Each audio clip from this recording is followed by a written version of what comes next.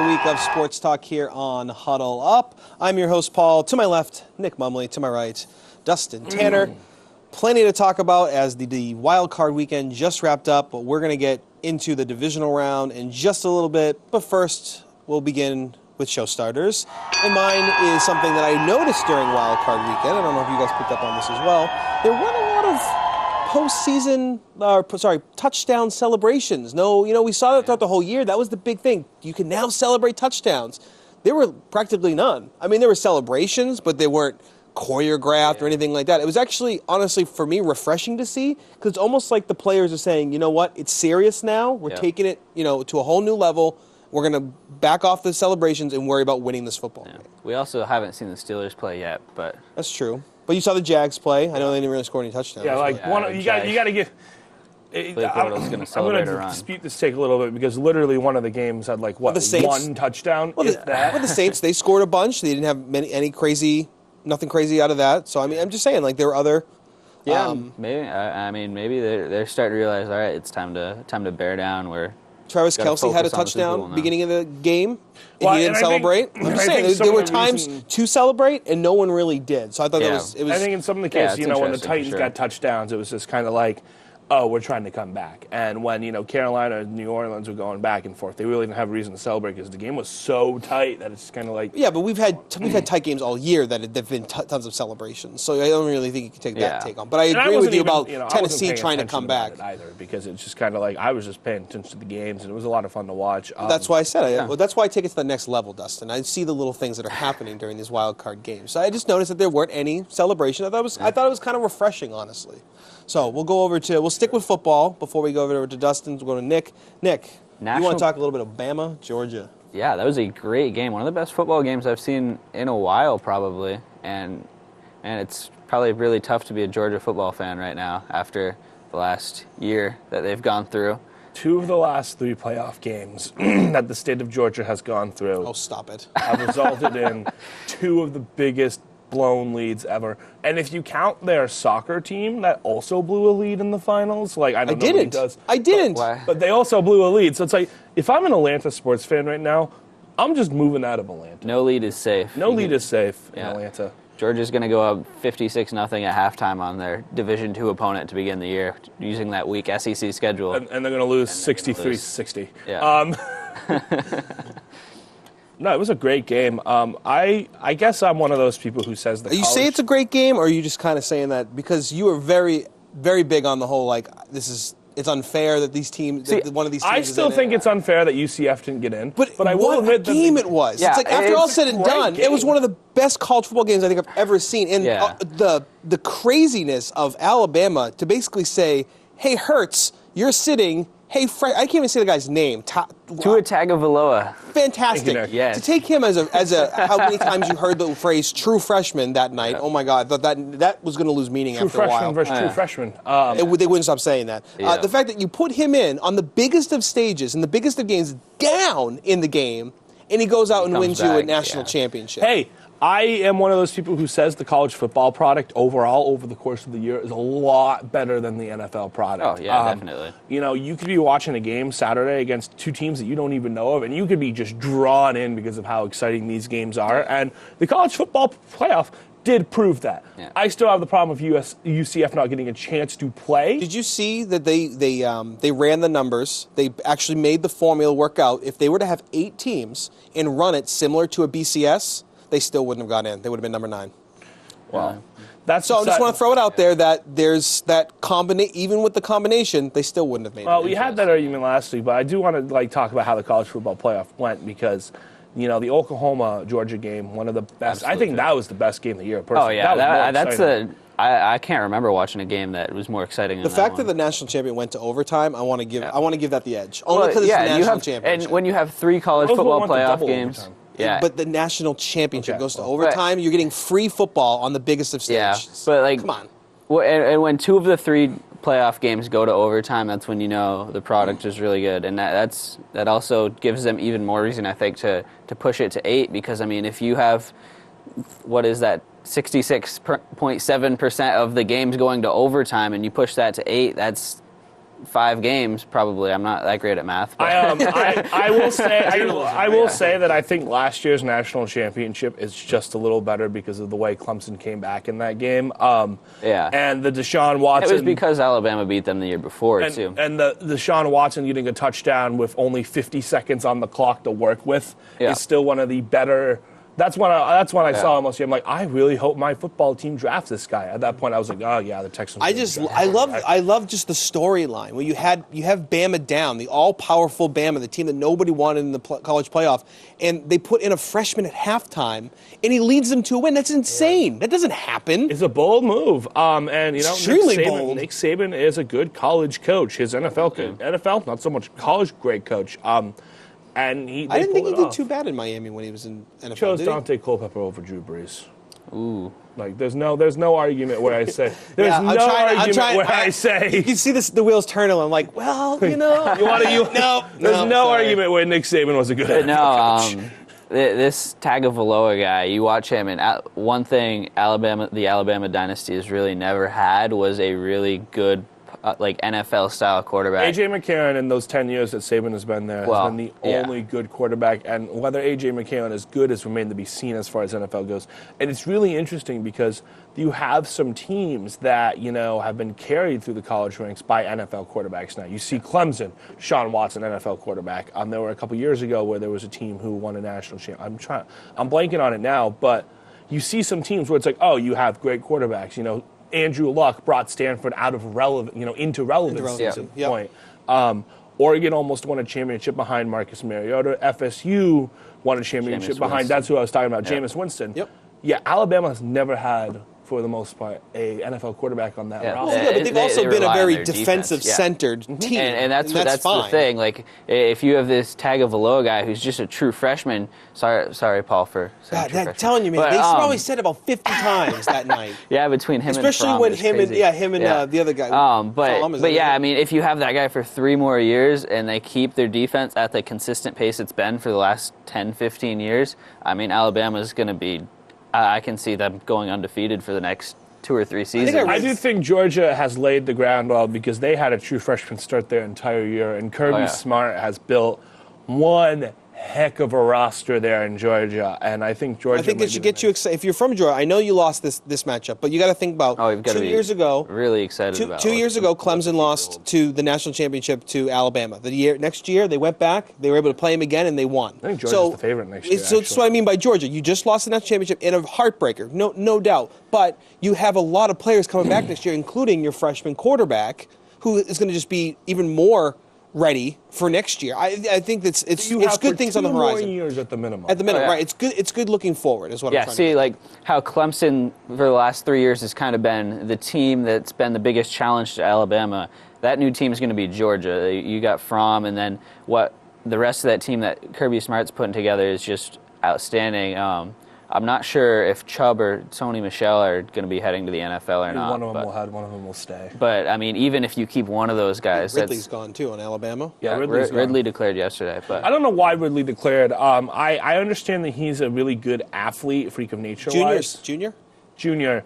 But he just doesn't strike me. Got to get paid, man. He was number 1 on Kuiper's wide receiver board. Yeah, you've won 2 national championships in 3 years. You've been to the national championship every year you've been at Alabama. Yeah, it's time to go. Get paid, man. I want to see how he translates to the NFL level because he really hasn't had a good quarterback throwing him the ball. Right. So imagine what he would be like if he did, and he's considered the number 1 wide receiver in college football.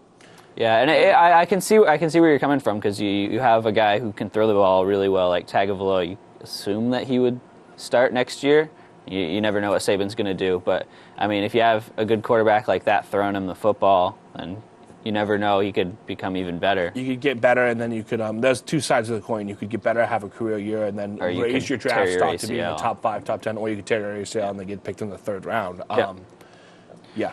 And, it's definitely a difficult decision for all those kids because it's crazy to see. I think it's one of the more difficult. It's something that we really don't pay attention to because after all said and done, they're millionaires. Yeah. When the day's over. But that's really something for an 18 or 19-year-old have to come into terms with. Sometimes 19 years old, 20 years old, to say, okay, I'm going to put my college career behind me. I'm going to go into the NFL, but anything can happen. I think it's a huge decision for these kids. And these are a lot of kids, especially these kids that they don't come from from high-class families. Probably 60-70% of these kids are coming from lower-income homes. Yeah. So, but there were nights where they didn't have food on the table. I'm sure. And I know that, and this is why whenever I see a student-athlete sitting out the bowl game, sitting out the Outback Bowl, I'm not going to be like, oh, well, he needs to play in the Outback. No, if you have a chance to go pro, I am not risking that last stupid game because, we have to play in the Heart of Texas Bowl or something like that. No. Yeah, until college players are getting paid, they have every right to sit out whatever game they want. Yeah, pretty much. And that's how it goes. And speaking of college players, this is my little transition to show starters have expanded a little bit, but it's fine. We're going to keep it up. To our former college player, Mr. Ball. The Ball kids are playing in Lithuania. Is it Lithuania now? Lithuania. Whatever it is. Lithuania. The Big Baller Brand Challenge. I struggled with... How do you say Big Baller Brand in Lithuanian? I don't know. We can find that out. Can we find him? That would be interesting. That should be our show starter. And ESPN, I'm so sick of some of the trash ESPN puts out because, we were talking about this before we came on. ESPN does have some great quality writers, and then they have people who put out a story about how LeVar Ball says his son doesn't want to play for Luke Walton of the Lakers, and now this is blown up over the last week, and it's just like, no, if you are a parent of a player who plays in the LA Lakers, you shut your mouth. Yeah. Okay? The Ball, I know he's trying to build his brand, but, whatever. What's the pro one? What is the pro ball right now? Lonzo? Lonzo. Yeah. Lonzo is not playing well enough to the point where you can have your father talking about firing the coach because you know what's going to happen to Lonzo? If he doesn't become a megastar in this... Can I throw something out there right now? Just something real quick. Did not the Lakers know this was going to happen? Like this, come on. It was thrown out there from draft that this was going to be the father figure you were going to get with this player, regardless of what team he went to. No, and if that's the case, I feel like they definitely took the chance on him. Did you really think they thought he was going to calm down after he became a pro? I think Magic Johnson thought that he could shut him down. Yeah, I feel like they definitely thought that they had a good plan he was already. Calm him down. But the fact of the matter is, we've talked about this at ASEAN with Colin Kaepernick. But if I'm an NFL, if I'm an NBA GM. And, Lonzo Ball is looking for a team in a couple years. I'm not signing him. I'm not signing him to come to San Antonio or Utah or anywhere. I'm not bringing him in. If he's putting up 20 and 10 every game, if he's an all-star player, you would, right? Probably I would sign him. But if he's anything lower than an all-star level player, he's not going to last in this league long. Because the fact of the matter is that Lonzo isn't a great... Well, you got to remember, though, his father has said in the past, Lonzo isn't the best player in the family. Well, it's interesting. I thought it was LaMelo. I thought LaMelo was supposed to be the star. He's supposed to be the best one. Lonzo is an okay player, but his shot is what gets him, and he's not one of those guys who it's like, oh, we need him for his shooting ability, which is what's scary about having your father, run his mouth. And I'm really sick of it because there's good stories on ESPN that they can cover. There is good content in the sports world every single day. And the fact that these guys are just spending so much time on it, it's cover something better. Like, come on. Like, you are the biggest media outlet. Like, this is BuzzFeed stuff right here. It drives ratings. You talk about what everyone else is talking about. I'm so sick of driving ratings. I want a sports network that talks about sports, that talks about the good things in sports, that talks about the bad things in sports, that doesn't talk about TMZ. I do not want TMZ. If I want TMZ sports, I will go read TMZ Sports website. I don't want to go read ESPN, and I haven't been reading ESPN because every time, I know who the writers are that I support at ESPN. I know who they are. After Seth Wilkinson's, I can't even say his name, article came out about the debacle that is apparently the New England Patriots. I thought that was I don't think really I've read funny. anything on ESPN since. I read that might be the last article I read with ESPN because it's that one was a speculation article that had no quotes, nothing to back it up whatsoever. I thought it was absolutely hilarious to watch. It was like it felt like a parody article when I was reading that. I just am sick of some of the things that ESPN puts out. And the Ball thing is just like you lay off good writers. Here's the thing about the Ball situation is like I know you're kind of laying into ESPN, but the Lakers are the ones that are have issue with this, and that's where I kind of get into that. You knew what you were getting into, so how you don't really have any clout to complain right now. You knew what you were getting with Lonzo. You knew the baggage that comes with him. Yeah, I just think that they thought that they would be able to control him better than they are. As out of the box as he was, I didn't think that was ever going to happen. If one of the most I don't want to say tight-lipped, but if one of the biggest organizations in the NBA cannot keep this guy quiet, there's no way a team like the New Orleans Pelicans will keep this guy quiet. Yeah. So is that all of a sudden where he's going? I don't know. That was a random team. The Indiana Pacers. There's a team. There's a name drop there. I'd love to see him. Do you have some inside information there, Dustin? Is that where Lonzo's going? I would love to see him play for the Magic, actually, because so Bryce can talk about it. There's nothing more fun than watching Bryce Batchelder be miserable about his basketball team. It is one of my favorite pastimes. So I'd love to see Lonzo. Pastime? It's one of my things. It's currently happening. How is it a favorite pastime? It's gonna, I have hope that the Magic will be better one day soon. But that's if I had to pick the brightest timeline, it's Lonzo Ball being a Magic. But being anyway, being a Magic. That just does. Magic. Yeah. That's just it's weird to say. That's bad. That's bad radio right there. Bad radio on TV. So let's go back over to NFL. We had some playoff games this weekend, like we were kind of talking about. There were some tight games and then some not great games. The Buffalo-Jacksonville game, which Dustin had dubbed one that we'll remember for a long time. Such a good football game. Because it was going to be the best. Because it was going to be the best football game of the week. Oh yeah, it was. Dustin, there was nothing. That was a snooze fest and a half. That was the best. That was one of the worst football games I've seen. That football game was so good. What was the score? That football game was so good that I went to bed at halftime. What was the score? Yeah, I went to bed at halftime. You missed all the good stuff. At halftime, I was really tired, and I'd stayed up to 4 a.m. Saturday morning. What was it at halftime? It's like 3-0. Yeah, that's a football game right there, oh Paul. My God. You want to talk about old school, pound the rock, inefficient, we don't know what the forward pass is. That is the game for you. Well, everybody is was there, 14 punts in that game by halftime? But there was the wind, Paul. It was windy. It was windy. The wind was 5 miles per hour. We've played football in the wind. You just Blake Bortles just couldn't. You just have to throw it. Don't knock Blake Bortles. That's a playoff win team. Jim Nantz and Tony Romo were just sitting in the booth, being like, "Yeah, it's pretty windy today. That might be why nobody can complete a pass." I was like, "No, pretty sure because Blake Bortles and Tyrod Taylor are the quarterbacks." Tell Tony Romo was just pissed. He was like, Tony Romo. I think who gave us this game? I think Tony Romo was 1 quarter away from just grabbing a helmet and just I will be quarterback for both teams. Okay. One of my favorite Tony Romo moments of this year is when they were showing. I think it was against Pittsburgh that night because they had CBS, and they showed Tom Brady's stats, and it was something ridiculous, crazy stats. And Tony Romo looks at it and goes, "Are those real?"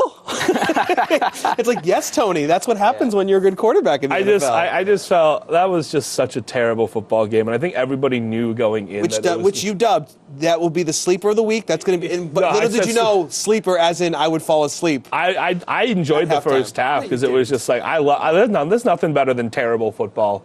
This was one of those games I have on in the background. So I'm not much really better than terrible football. So I mean, I love when people are like, "Oh, well, we can't." I love when people complain and want to go back to old school football. Here's your old school football game. No, this isn't old school. Old school football. No, old school football is great defenses and offenses that kind of sneak through the cracks here. That's not old school. Old school football is the Big Ten. This is just Puntville. This was so bad. This is just bad. Take this whole game and punt it. That's what you can do with it. It was so bad. Are people too. Pat McAfee would agree.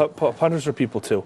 Atlanta at the LA Rams. This one we were expecting I was expecting the Rams to at least give some kind of fight. So this game actually was kind of a snoozer to me. It felt like that too to me. It kind of felt like I tuned in for the first half and I was just like, I don't want to watch anymore. Well, the problem was the Rams. This is the only game I didn't watch. The Rams had the issue in their first 3 possessions. They gave up fumbles, which the Atlanta was able to score on. So before you knew it, it was 13-0. And I also think that the come down from the Tennessee-Kansas game kind of ruined. I think it kind of tainted the next 2 games in line because it was absolutely. Just you had a really exciting. What was the second game after Tennessee-Kansas City? Was it that Atlanta? It was. So the games was Tennessee-Kansas, Atlanta, Jags. That's how it went. So it's you had 2 football games in a row where it was just kind of people have talked about football fatigue this year, and I was just I'm watching the Falcons-Rams game. I'm just I have more faith in Matt Ryan as a quarterback. I'm just I don't think the Falcons are going to blow this one. And it's just kind of all right. I kind of I kind of had it on as background noise because I'm oh, maybe the Rams are going to touchdown. And then it was no, the Rams are going to be able to do anything. I love the Tennessee-Kansas City game. I know that a lot. I know that we kind of looked at the game going I don't know. It's I was on the record saying that, oh yeah, Kansas is going to blow them out at halftime. I was of course, it's 21-3. Sure. I am very impressed with Tennessee and how they played their hearts out for their coach. And Marcus Mariota, I'm an Oregon Ducks fan. I watch a coach that you said won't be there next year. I think when you win a playoff game, Dustin, I think he needs to hire a new offensive coordinator. I thought, okay, never mind. No, go ahead. No, and I think he needs to hire a new offensive coordinator. But that Tennessee-Kansas game is one of the better NFL playoff games because it was just so. It's the best one so far this year. It got to the point where if Carolina had come back to win, I probably would have put that above that. But the Carolina-New Orleans game and the Tennessee-Kansas City game were the best games of the week. It got to the point where I was just I started when it was 21-10 or whatever it was, I just kind of started rooting for the Titans. I'm like, oh, come on. At one point, you said it was 21-3 or something like that. Then they scored and you went, oh, wait a second. Right. Oh, we could get a little close here. And then Mariota has his pass catch to himself. At that moment, I was like, the Chiefs are losing this game. You have that moment where it's the Chiefs have just lost this game. Well, of all people, that doesn't catch the ball. It's Darrelle Revis. Darrelle Revis for years, he was Mr. Interception. Yeah. And he decides to bat it not into the ground, but he bats it into the air. And honestly, if you watch that replay again, Mariota gets pushed by a Kansas City defender. If he's not pushed in the direction of that ball, he probably doesn't catch that. Yeah, everything on that play that needed to go right went right for the. That's one of those plays that, as soon as it happened, I went to the fantasy websites. How do you score this? How do you score this? Because he gets the reception, he gets the yards, he gets the touchdown pass, and he gets the touchdown reception. That's the second time that's only happened because Brad Johnson. John Gruden went like this with his phone and showed us on his. Where Brad Johnson did the same thing. No, that was just awesome. That was what a going away party for John Gruden. Being able to give him that kind of game was great. Yeah, that was a fun football game, and I'm really I say I hate the Titans because of the oil, the bad blood between Houston and Tennessee. But it was so much fun. You don't like Malarkey. I don't like Malarkey because I think he's wasting Mariota's potential.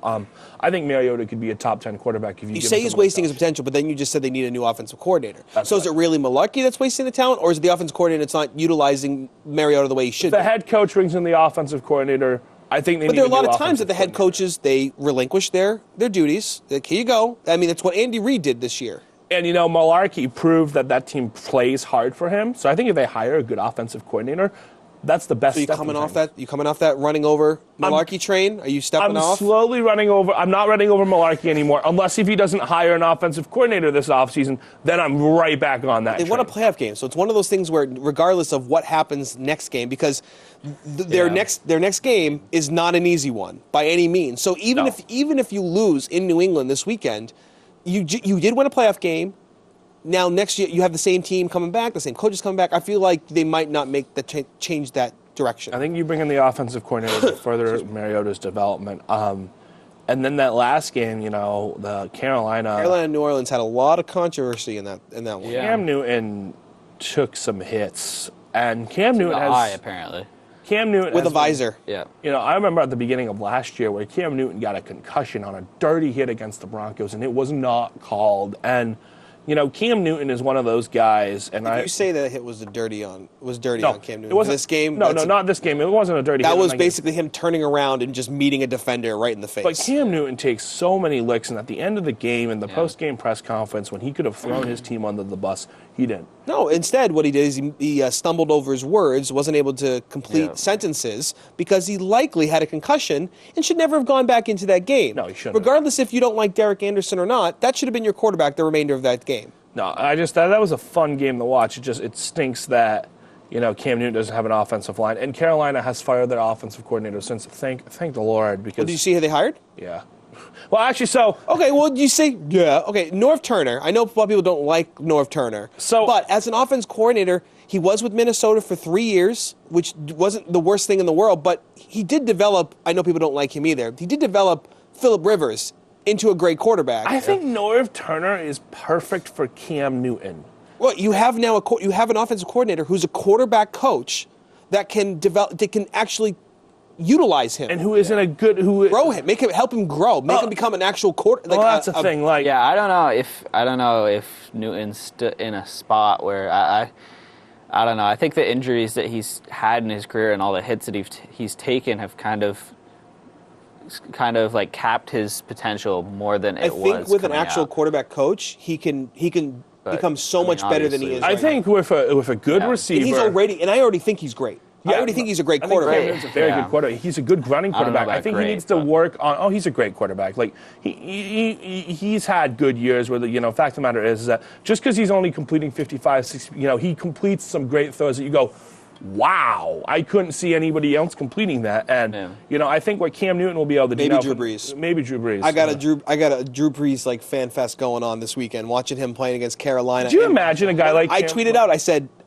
as much as I love TB12 and I feel like he's the greatest quarterback of all time. Sometimes there's no one I'd rather see throw a 50-yard bomb than Drew Brees. Drew Brees can just it's on a rope. There's no arc to it at all. The window could be this big. And Drew Brees would find a way to fit the ball in the window. Well, I believe he won last year's Pro Bowl games that they had. He's just a good I thought he won that, didn't he? Oh, yeah. And I think passionate. Going back to Cam Newton and Norv Turner, imagine a guy like Cam Newton on the Jacksonville Jaguars. That'd be a lot of fun. But I think Norv can help Cam take that next step in his career where he stays in the pocket a little more. Cam's athleticism over the next 5-6 years is going to go down a little more. He's got to make better decisions as far as passing. But you saw in that 2-minute drive, he made great decisions on that. The guy's a beast. We know that. He's the one of the bigger. I think probably other than Big Ben, honestly, one of the bigger quarterbacks we have in the league that can really. I want to say put his foot down in the league. Like he's someone that you're going to pay attention to when he's on the field. He is someone that does that. So. For him to actually get a quarterback coach that can come in, a coach that it specializes in quarterbacks, and help him, teach him how to be a pocket passer, he's going to be so dangerous because then you don't have to rely on running anymore. And I would love to see the Panthers. It's a secondary thing. I'd love to see the Panthers draft a receiver in this draft. I think a guy like Calvin Ridley would be a perfect fit for that Panthers I love how you team. think he would be perfect, yet you already speculated that I don't know why he entered the draft. Well, it depends on where he goes, too, because if he goes to a quarterback that can get him the ball, if he goes to Cleveland, he's done. Number 4 pick, Cleveland Browns. I actually think so. There was a report that Kirk Cousins would think about signing with Cleveland.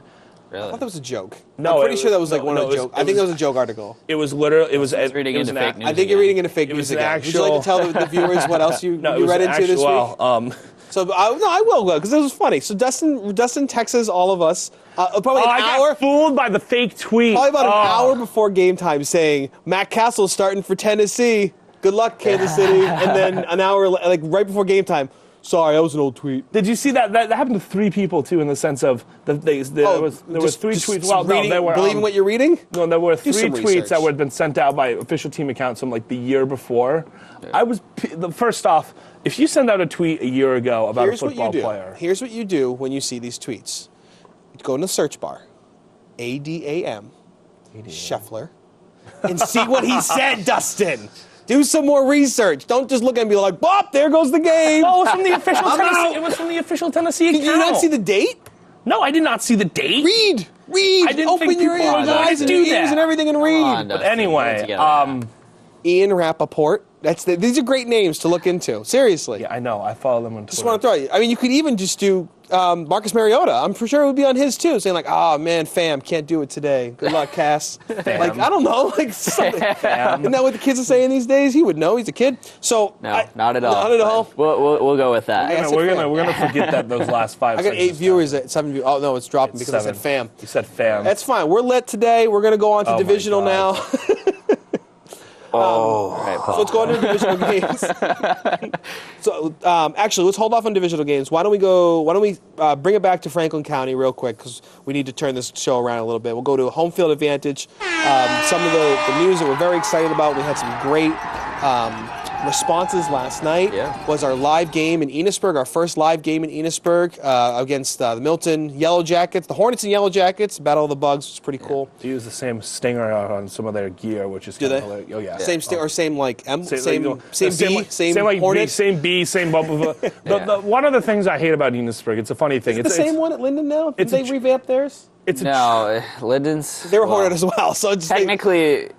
I don't know what they call it now. All I know, I'm pretty sure it's a Hornet. It's they're technically right now they're technically the Linden State Hornets, but then they're changing to Northern Vermont University, and I don't even know what the mascot is for that. Well, I don't even know what it would be. Penguins. What about is there a Penguins mascot yet? One of the things about Enosburg's court is that on the court there is a supposed Hornet.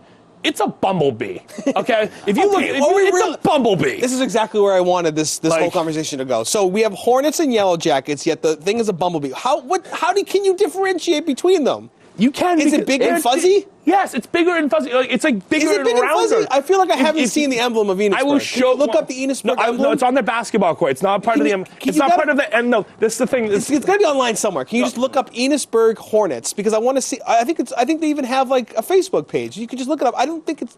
No. This is different. That's not what I'm talking about. This is different than their emblem. I'm talking about the logo on the court that looks like Enosburg is actually more of a bumblebee. Like you can see right here. All right, turn around. You can see at the very bottom there. That's more of a bumblebee-looking thing than a hornet. That one looks like more like a hornet. It's not fuzzy. I will try to find you it. Yeah, bumblebees are fuzzy, Dustin. Come on. What about the yellow jackets? They have like a hornet type of. Yeah, we actually have like a yellow jacket on the court. No, it's not a yellow jacket. It's a hornet. There's different. There's a difference between the three. The same as Georgia Tech's. Yeah, which is a fine logo. Yeah. But no, I feel like yellow jackets are skinnier. They're skinnier kind of bee. They're a little more. I just get annoyed because as an Enosburg grad, Hornet just kind of bugs. We could have had them. We could have had a more Hornet-like logo than this. That like you see a little more right there. It's just a bumblebee. It's a stupid little bumblebee. I think it's a hornet. It's not. I'm pretty sure it's an Enosburg Hornet. Oh. No H. No, okay. Don't get me started on the H. Anyway. All right, so I want to talk about, we're very excited that we were able to go live from Enosburg. So now we can go live from every single high school in Franklin County. I might be right. Yes. Yeah. It's not in Berkshire, right? I'm not going crazy here? No. Okay. So BFA, MVU, Richford, and Enosburg. We're able to go live from. We're very excited about that here at Northwest Access Television. So you were wrong. We don't do BFA Fairfax. Okay, sorry, you're right. We could, I guess, if we wanted to. If we wanted to. We're not going there because it's not our coverage area. Sorry. Okay, see, look, it's right there. That's a Hornet. No, this is not what I'm talking about. And that's the same one at Linden. And I'm pretty sure the same one in Milton. Yeah, no, they all use the same logo. Yeah. I'm talking about the bumblebee on the court. Okay, so we're very excited. So Dustin and Nick were on the mic last night. We had some great responses through fans and everything like that. So I wanted to get your take on being able to do a game in Enosburg, if you would, please. It's very exciting as a former graduate of the school to finally see the basketball get some recognition there. Happy to help. It's very nice. It was awesome to be able to see it happen. It was fun. It's a nice little place. Brigham has always been great too. You know, Chris Brigham is one of the better athletic directors in the state of Vermont, and it's always been nice to help him out when he can. He loves the idea of the TV stuff. He's been always pushing behind it. He's been a pusher behind it for forever knows long. This is what I'm talking about right here. That bumblebee. That's a bumblebee. That's a fighting hornet. That's a bumblebee. That's a bumblebee. That's not a bumblebee. That's a bumblebee. Anyway, bad TV. That's a really bad picture of a bee in general. So I feel like you can't really. I mean, it's just an awful thing to have on your court. BFA just revamped their ice rink with new logos and new sponsors and stuff like that in the ice. So maybe Enosburg can throw a little money at that too. If we could just get rid of that. That's all I want. just get rid of it. I'm fine with the E in the middle. I'm fine. Just get rid of the. I like the. Get rid of your bumblebee. Make it a hornet. Well, you talk about bad courts. You've been in MVU's gym, right? Yeah. They still have red on that court, and they haven't had red in their uniforms. They're starting to bring it back a little bit. False, because actually the football team had red in their uniforms. So. Well, yeah, they've brought it.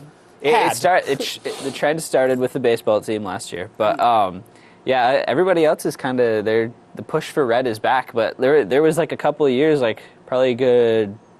probably close to 6 or 7 years that it was just blue and white and nothing else, and the majority of their court is. I was actually shocked a little bit when they brought a little red into it because I've only known MVU as blue and white. Yeah. And then when I saw red, I'm like, where does that come from? Why are we going? I always knew that MVU had the red outline back in the day. Now they're bringing it back, which I'd like. Going back to the Enosburg Milton game. Awesome to have games up in Enosburg. Awesome to have games all over the county now. This is one of those things that, I've been doing this for 5 years before you got here, Paul, where it was really hard to just get coverage because, we'd be doing tape delay games, people wouldn't be watching. Now we have eyes on our games. Mm-hmm. Now we have the ability to go out to underwriting sponsors and say, hey, we can do live games. That's so huge. And also the kids love it. The kids, the parents, I definitely think when it comes to the parents or grandparents or uncles or aunts, the people that can't make the game. Yeah. Because you have a team, because we've had teams from Rutland and teams from Brattleboro that come up, and they're not going to make that trip. I mean, it's 2 hours, 2.5 hours. They're not going to make that trip up to MVU. But if they're able to watch the game on, was it Burn Burton last year? That we had so many viewers last year for Burn Burton MVU basketball because they didn't have to make the big trip up there. And, last night we had like 40 viewers. I capped out at 40 viewers for a time. And then like when we had Rice MVU last year, we had a ton of viewers to that because, I think at one point for the Rice MVU game, we had somewhere upwards of over 100 people watching at one time. And it was just say, tweet out the link, everybody gets to watch. And it's just so nice because there's not a lot of teams in the high school level in the state. And this is one of my issues with how the VPA does things because they give out the contract to NFHS in the sense of, NFHS. Well, once the playoffs start, right. Yeah, so that's one of the problem we have that we run into, unfortunately, here at Northwest Access TV is once the playoffs, I want to say it's the semifinals. Once the semifinals begin, we're not able to broadcast those games, which is a bummer for us because we know how much of a following we have. But once you get to Patrick Gym or the Gut, once you get out of the gym that they're playing the game in, it's one of those things where it kind of stinks because I think it would be, there are not many public access stations in the state of Vermont that are even doing this, and there are not a lot of kids who get to have this. And these are memories, if you go behind this blue curtain over here, there are thousands of games over here on tape that. Oh, this blue curtain. Yep. Wherever we put them. Select boards. Select board schools. But it's just good for the kids. It's good for the environment. Yeah. It's a lot of fun. Nick, you get a chance to do live games. I've been able to get it. I just love it. So it's cool to have live games all over the county now. Yeah, and like I'm an avid Vermont high school basketball and hockey fan. Like I search everywhere for stuff to try to learn as much as I can about every team so I can have a better knowledge of it. And there's nowhere that does any sort of coverage like they do here, and it's pretty cool to see that and be able to be a part of that and get to do those games because there's really nothing nobody else there's not really any other teams that really do video that gets posted anywhere that I know of, and I've had that's Milton a cool parents talk to me. Last year we did a couple of Milton games live because they played BFA, and then again this year, they're like, "Can you do that for us?" I'm like, "Ask your public access station." The fact of the matter is that if the content is there, parents want this content, families want the athletic directors love this stuff, and it's very nice that we. At Northwest Access TV, not to toot our own horn because that's exactly what we're doing here. Toot it for me, Dustin. We are on the cutting edge as far as public access stations go in the state, and a lot of people don't even know that we're a public access station because they know we do sports. Mm-hmm. They know about our sports. That's what they. I've talked about people. They're like, oh yeah, Northwest. I've been in Rutland one time and had a conversation about Northwest Access TV because we've covered a Rutland game. They're like, oh yeah, we've seen the game on YouTube or somewhere, and it's just like it's really nice to have that. Yeah, here. It's something that we wanted to provide for Franklin County because. NSN is one of that's the sports coverage company of Vermont right now. Yeah. They go everywhere. But the one place they don't ever really make a trip up to unless for special occasions is Franklin County. And I think it's a service that we like to provide. They stay mostly in the Northeast Kingdom, and then there's also the Burlington area as well too, right? So because that's where their offices are located, and that's absolutely fine. But we want to give a service to Franklin County, and we want to be able to expand that for everybody to watch, games this part of the state, and then pretty much southern Vermont. There's usually they don't really cover there, and so that's good that we have this part. I think it was actually a little. It was almost a little crazy to even see them at the Enosburg-Richford game. Was it last week? I was really kind of shocked. I was like, NSN is here because I've never. I've been doing this for 5 years. Like I've said, I ran in the NSN probably 3 or 4 times, like a handful of times I've actually, and it's just kind of like. See, when I'm up in New Hampshire, I see them at every game. So. Well, that's where they first originated. It was back up in St. Johnsbury, I believe. So. Yeah. So now we're into a part of a show that I reached out to Dustin and I said, hey Dustin, I was thinking about a new segment and we don't have an animation for it, so Zach, don't worry about that. We have a new animation. We'll have that next week, but a new segment with Dustin called Just Trash with Dustin Tanner. Because every week it seems like you're calling somebody trash. I was like, you know what? Let's do something about it. Let's give you your 1-minute monologue straight to the camera if you like, to your audience. Tell me, Dustin, this week, who was just trash? Boy, guys, I have searched far and wide this week to find the trash performance, but it comes back to a Kool-Aid man in Kansas City. How you blow a 21-3 lead, I don't know. And I just think Andy Reid's play calling, only giving Akeem Hunt the ball 11 times. You have your leading rusher in the NFL. You have a 21-3 lead, and he touches the ball 11 times? there is not a sports performance that I could say has been worse this week that I would feel confident in saying was worse than Andy Reid and Matt Nagy, who's now the head coach of the Chicago Bears. So congratulations, the Bears. Does that almost solidify Matt Patricia or Josh McDaniels going to the Giants now? I think it does. I think Patricia's going to the Giants. Yeah, I read yesterday that it's pretty much a done I read deal. A little. Yeah, they're getting the rumors. But my just trash of the week is Andy Reid and the offensive coaching staff of the Kansas City Chiefs. You had a lead. The Chicago Bears. You blew it. You didn't give the ball. I know you lost your star tight end, and I know that changes a lot of things, but you still have Tyreek Hill. You still have Akeem Hunt. Alex Smith is a decent decision maker. And also, Andy Reid enjoying the screen 5 yards behind the line of scrimmage. I'm so sick of bubble screens.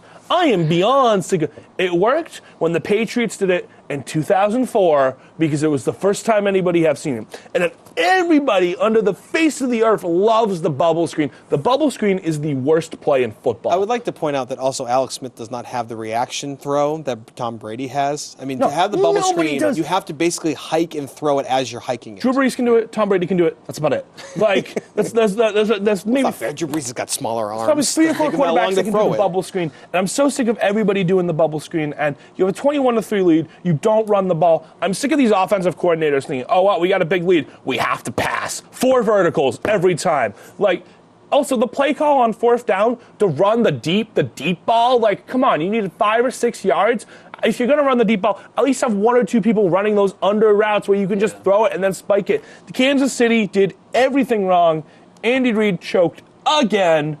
And he is your just trash of the week. I'm just trash of the week with that. I wish that I was able to kind of complain a little bit with your decision here, but I think it was a good one. I honestly thought, regardless that he won the game, I thought you were going to go Blake Bortles because you always love going Blake Bortles, but you didn't this week. You went with Andy Reid, so I'm a little happy about that. But you also called it one of the worst game decisions of the week, for results. But you just said earlier in the show that Georgia was one of the biggest, Georgia was still of the week as well. Well, Georgia was still trying to run the ball, and this is where Andy Reid wins this. This is where Andy Reid gets my gold trash can right here. Is because we need to make one. You have the NFL's leading. It's not like Akeem Hunt is 30th in rushing yards. It's not like Akeem Hunt is first in amount of fumbles. He was literally the leading NFL player when it comes to rushing yards, and had 2 fumbles all year. And you don't hand him the ball. Come on, dude. Hand him the ball. So what you're saying is they took a page out of the Falcons playbook from the Super Bowl. And it said, hey, we're not going to run it with these ridiculous running backs we have. We're just going to keep throwing it, keep missing it, and give up the game. No, and it just, if Georgia had just thrown 4 verticals every time while Alabama was coming back, okay, maybe Georgia would get it. But Georgia was still trying to stick to their game plan. Kansas City abandoned their game plan. And... But you did kind of key on it. It's really hard to do that when your star player is out for more than half the game. Would you say that Kelsey is the star player on that team? He had almost 70, 80 yards, a couple catches, and a touchdown within the first quarter.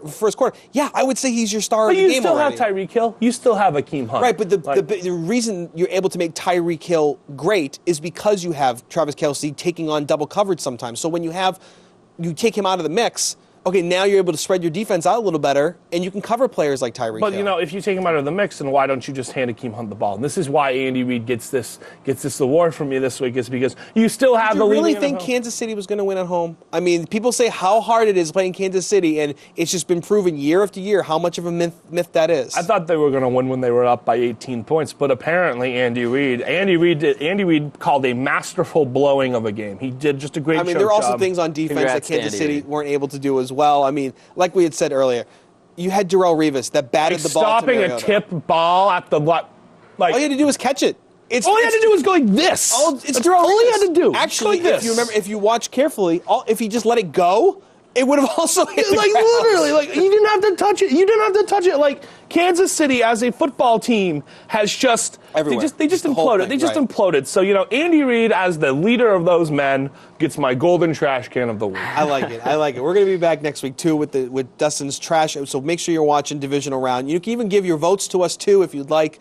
I'll put out a Twitter poll. Okay, just gonna put out a Twitter poll. Who you think will be your trash pick? You can just send it to Dustin Tanner. Was it at DT Tanner 219 before check Tuesday night, there'll be a Twitter poll. There you go. Okay, so they get divisional rounds coming up where Dustin will give us his trash of the week. So we're going to get into division right now with the latter part of our show here. First game of the week is, I look at all these games, and I'm just really excited. And even one that I shouldn't be where it comes to like Jacksonville and Pittsburgh, I still am because of what happened the last time these two teams played. So your first battle will be around, 4 o'clock on Saturday, Atlanta going to Philly, where Philly, as the number one team in the playoffs for the NFC, is now the underdog because they don't have Carson Wentz. I think they're a 3-point underdog. I think, there was a player who was on, pardon my take a couple weeks ago. Eric Mangini was talking about how the Patriots had that Super Bowl hangover after that first one, didn't make the playoffs, but as they were getting closer, they had figured it out. I think the Falcons have figured it out. I think the Falcons are playing some of their best football right now. And I think, and when it comes to the playoffs, you're talking about quarterbacks. I'm taking Matt Ryan over Nick Foles any day of the week, any week of the year. And I think Atlanta's going to win this game. Philadelphia has. Do you think it's going to be an easy win, or is it going to be a battle in Philly? I think this is going to be a 21-17 game. I think this is going to be a very close game. And I think it's going to come down to Nick Foles making a bad decision towards the end where Matt Ryan doesn't. I don't think Nick Foles is going to be able to get started, honestly. I mean, you've seen what he's been able to do the last couple games. I know he came in.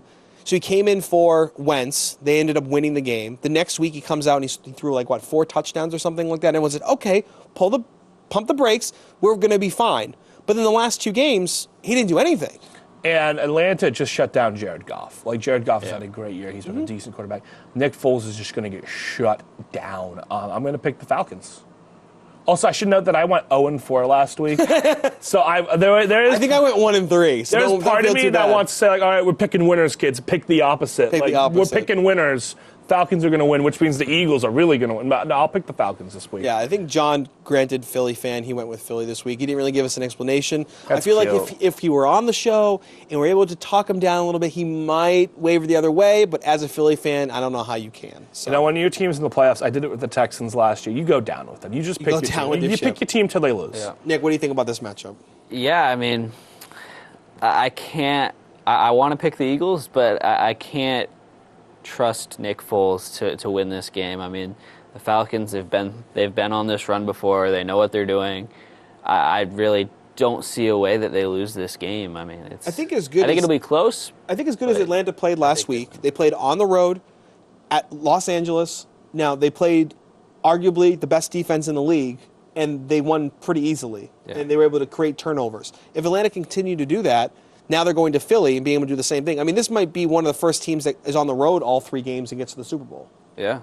It's very possible. They remind me of the Ravens a couple years back where, the quarterback, Matt Ryan's a good quarterback. Yeah, I like the Falcons. That night, we have Tennessee at New England, which is one of those, yay, Tennessee, you came back, you beat Kansas City, but then you've got, Big Brother here in New England waiting for you on a Saturday night where it's going to get cold again. I think New England. I think Tennessee. The line on this game is 13.5. Yeah, it's a crazy line. I'm giving Tennessee the points on this one. I think Tennessee makes this a much closer game. Yeah. What Tennessee can do that a team like New England can struggle with in a cold game is they can keep Tom Brady off the field with their run game. That's the biggest thing. Now it is just Mark Henry. It is just Henry, but Henry's been a very good running back on his own. Mariota is a good runner himself. Eric Decker finally figured it out on that last drive where he caught a touchdown. This, everybody's saying, yeah, the Patriots are going to just going to blow them out, and everybody said the Chiefs were going to blow out the Titans. I think the Chiefs... Well, I don't think everyone said the Kansas City was going to blow them out. They were more on the lines of we don't know what we're going to get from Kansas City. They'll either blow them out or they'll lose pretty big. And I think Tennessee has a chance to make this a close game. I think your final score will be something like 28-21. I think this is one of those games where the line's at 13.5, and at halftime, all those people that gave the points to Tennessee are going to be, getting really excited. They're like, oh, look, we're only down by 3 or we're tied. It's fantastic. And then once that third quarter, fourth quarter comes all around, the Patriots start to pull away. It reminds me of that Patriots-Texans game last year a lot, where it's at halftime, I think the Texans were up by 3 points. Or everyone's getting excited. Right? Everyone's like, 13, I don't know. I think maybe they do it in garbage time, but I think the Patriots... And that's what I mean. I don't know. I think the Patriots... I think the Tennessee will be in line to beat the spread at the end of the game, but not to win the game. I think they lose by like 6 or 7. And I think Tennessee gets a touchdown back in garbage time. And I think it's 28-14 with like 4 minutes left to go. Tennessee gets a touchdown. They cover the spread. They lose by 7. Tom Brady does not like to come out of games. This is one where I really want to say that Brian Hoyer will be taking snaps in the fourth quarter. I think it's going to be one of those kind of games. I don't usually say that. I don't think that at all. I usually think, okay, it's the first game of the playoffs. It's Tennessee. They just came back, but I can't match these two teams up. It seems almost impossible for me to do right now. I don't know. Part of me really likes Tennessee because the way you beat Tom Brady is by keeping Tom Brady off the field. And if there is a team that can keep Tom Brady off the field, it's the Tennessee took 7 or 8 minutes off the clock. Other than Mariota, I don't see that playmaker on Tennessee that the defense for the Patriots is going to have a problem with. But the defense of the Patriots, and they had Alan Branch back this week as well, so that eats up the middle of the field. So now you don't have to worry about a couple linemen because you have Alan Branch just sitting there for the whole game. So I mean, I feel like if it's a simple spy or something for Mariota, I'm not too worried about this Tennessee game because they don't have any playmakers. I'm going to take the Patriots, but I think Tennessee could pull off the upset. And I have a lot more faith in Tennessee than I'm seeing the national media have faith in Tennessee. Yeah. I think Tennessee covers the line. Honestly, I would probably put $20 on the spread right now. I'd put $20 on Tennessee tomorrow, to be quite honest, because I think do some research while we talk about Jacksonville and Pitt, because I would like to know how much money you would come away with. I mean, I think if there's going to be an upset this weekend, I think this is it. Tennessee is kind of flying under the radar.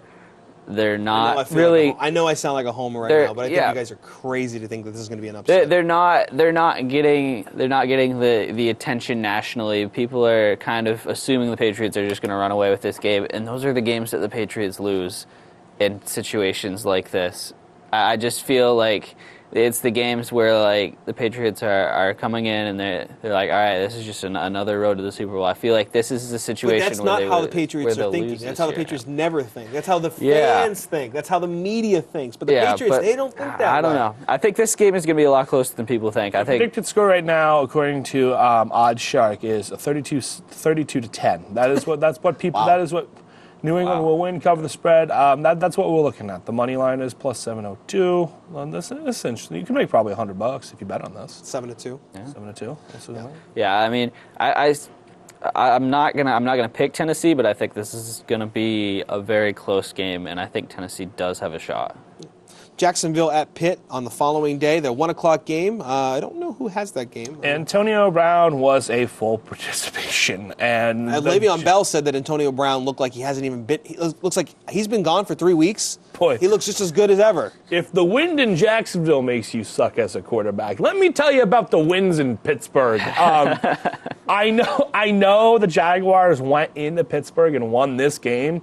But it's not. There's a different environment for playoff games. Yeah, it is just. Well, why wouldn't you say that? That's also something good to say about Pittsburgh against Jacksonville as well. Is it's now it's a playoff game. You're amped up even more. Pittsburgh wants revenge. Oh, clearly, their road to the Super Bowl. Their road to the Super Bowl is nothing but revenge. Yeah. Because they have to play Jacksonville that Ben Roethlisberger threw 5 picks against in the regular season. Then you have to go to New England if New England beats Tennessee, and you have to play New England at home. Then you go to the Super Bowl. There's no one on the NFC side. I feel like that's that rivalry thing for Pittsburgh, unless it's Philly, which I think would be hilarious. But it's one of those rivalry things that it's all about revenge for Pittsburgh.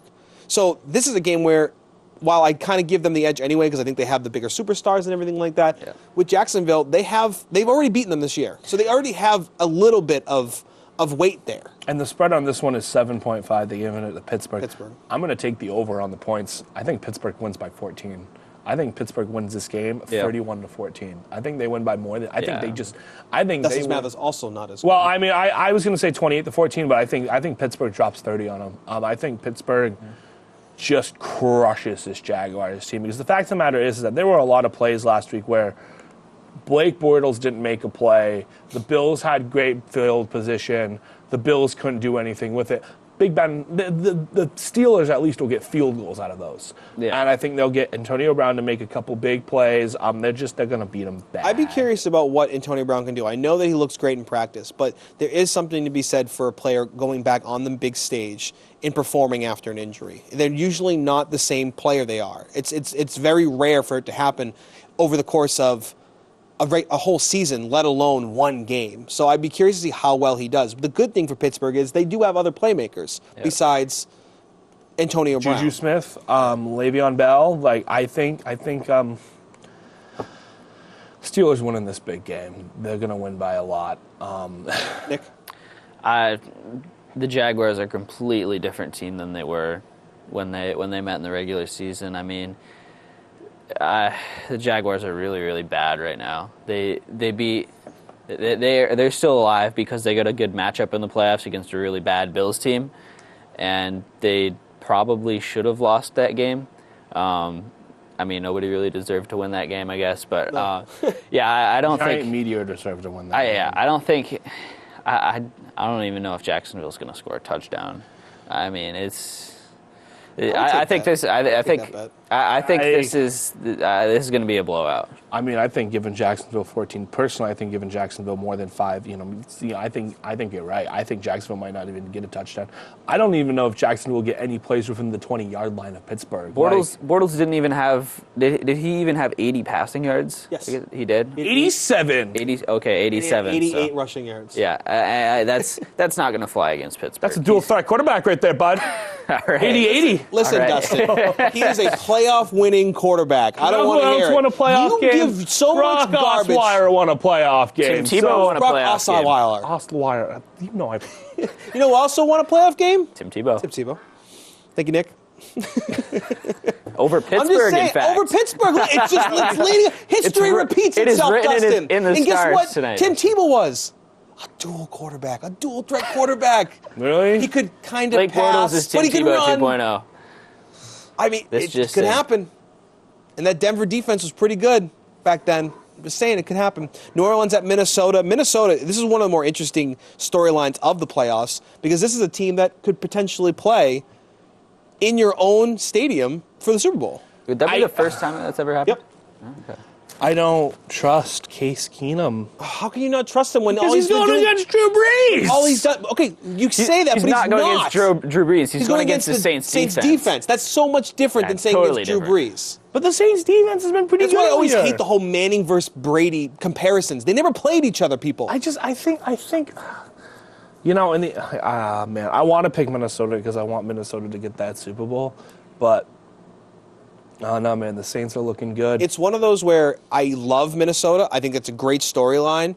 But the Saints last week were able to throw – Drew Brees was able to be vintage Drew Brees. They didn't have to rely on the run game, and they won. Now what happens when they can do both? We've yet to see that this year. We've yet to see him throw for over 350 yards, and then the rushing team also have 100-something yards as well. We haven't seen that dual threat yet. We've only seen one or the other, really.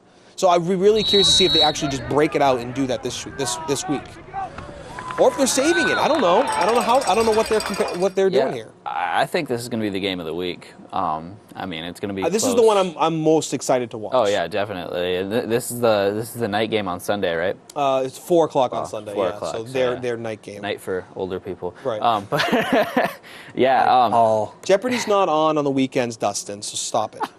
All right, so I think this will be a really, really good game. I want to take Minnesota in this one.